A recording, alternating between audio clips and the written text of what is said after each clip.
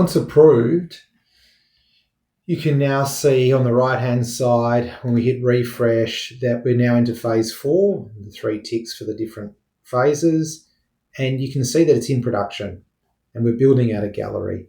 So it's not ready to review, but what you notice on the left-hand side here is that we've got 2 producers or 2 producer agents, AI agents running in parallel, one building the look and feel, the debrief, and one building the editorial calendar, all very different in terms of output, and hence we can run multiple agents at once because there's no dependencies on them. So as part of the AI Studio, I've built in 2 agents. One is called the brand agent and one is called the governance agent. And both of those run once an asset's been produced. The brand agent checks against brand foundations such as the style guide, tone of voice, and things like that. And the governance agent's checked against any governance rules you've added right at the beginning in phase 0 when you set up the foundation or the tenant. What you can see here is they've both had a pass on the left here, and they've both, the brand verdict has been logged, and there's that's passed with 0 required changes, and the governance has no blocks as well.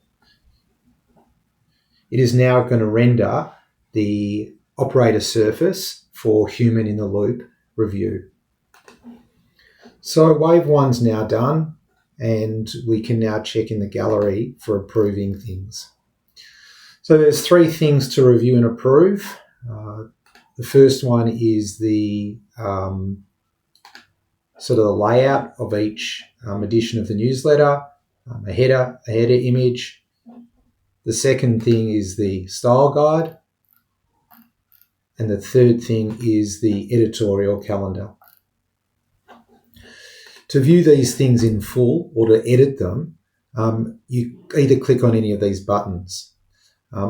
What we've designed with the AI Studio is the ability to edit copy in a text file. So that allows the human in the loop not have to go back and forward with Claude the Studio, but actually edit an MD file or a text file, and because it's saved locally, Claude can pick that up easily and make changes to the copy. This is super useful when making changes to website copy, newsletter copy, even storyboard copy. It becomes really useful. So the only thing that you're actually using the left-hand side or the Claude chat is to make changes to designs and layouts and things like that. So if we go to the style guide, we can view that in full. So this opens a separate page. What you can see is that it's taken the Soundtrak look and feel. It's come up with a masthead. It's got an image style, and so forth. What I'd like to add to that, though, is a few different things. The first is that I want to have a look. I want it to create a it in the style of the Signal, but also have an illustration style similar to the Soundtrak website. So if you go to our Soundtrak website and look at the AI Studio, it's got a number of different design elements in it. And I wanted to pick up things like that and asset development and so forth.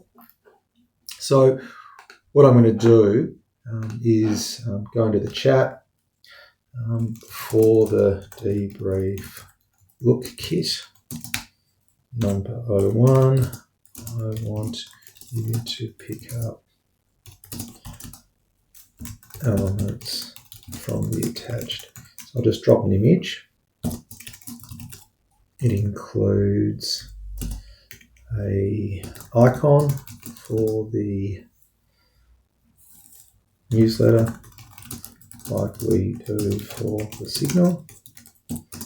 also the screen design we used on the website.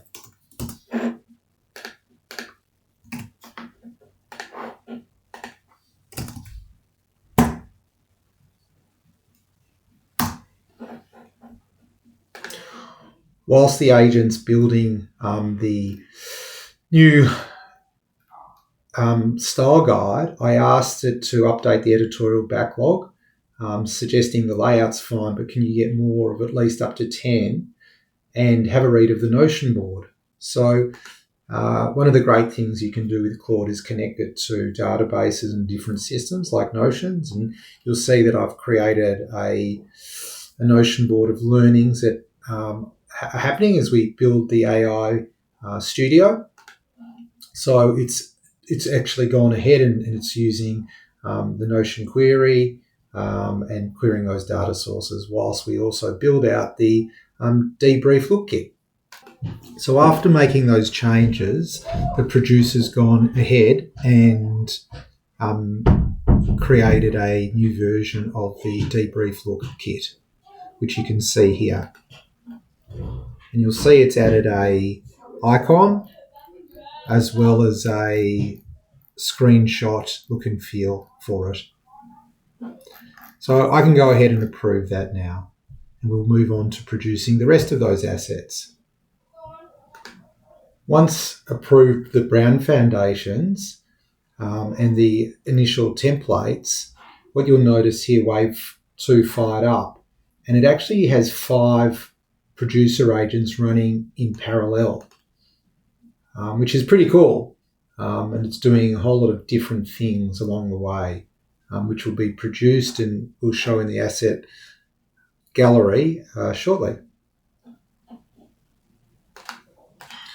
The producer agents, of which there were 5 running simultaneously, have now deployed the Wave 2 assets. And you can see after hitting a refresh that we've got our approved things, and then we've got our headings, LinkedIn and social, which is also above here, which you can actually use the filters at the top. We've also got Substack, email headers, and we've also got a storyboard and a short video for launch. What's really cool about this is you can see through labeling whether there's any questions and how many things need to be reviewed. So let's have a quick look at the social tiles. You'll see here the social tile, if you want to view it in full. If you want to edit the copy that appears on it, that comes up as well. I'm just trying to show you on the screen what that looks like, but having some difficulty moving that across from one screen to the other. Here we go. So you can see, and this is the text that you can change, so it's pretty easy to manipulate. The launch announcement, another email, another one as well. The video, which has a storyboard, which you can edit. Once you've edited that, it can change it. But let's go and have a quick look at the video.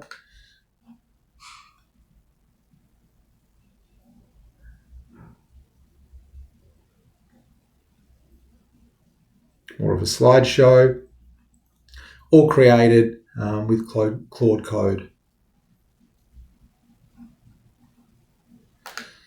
So you can see what a wonderful tool this Soundtrak AI Studio is, in the sense that it uses the power of AI, but also creates these wonderful human-in-the-loop operator surfaces.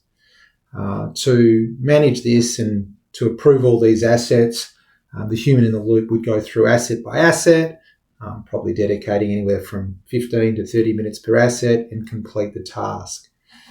We've spent close to half an hour generating all these assets, and now the job is for the human in the loop to finalise them.